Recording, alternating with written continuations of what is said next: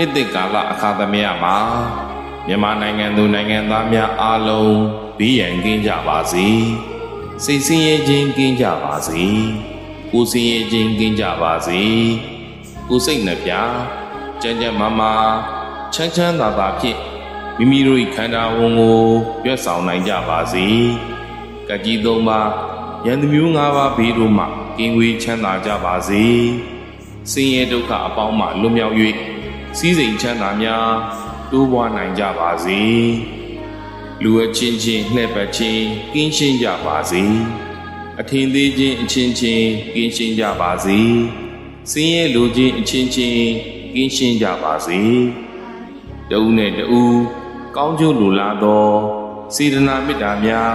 အပြန်အလှန်ထားရှိနိုင်ကြပါစေလောကအကျိုးလူအကျိုးများကိုသယ်ဖို့ဆောင်ရွက်နိုင်ကြပါစေ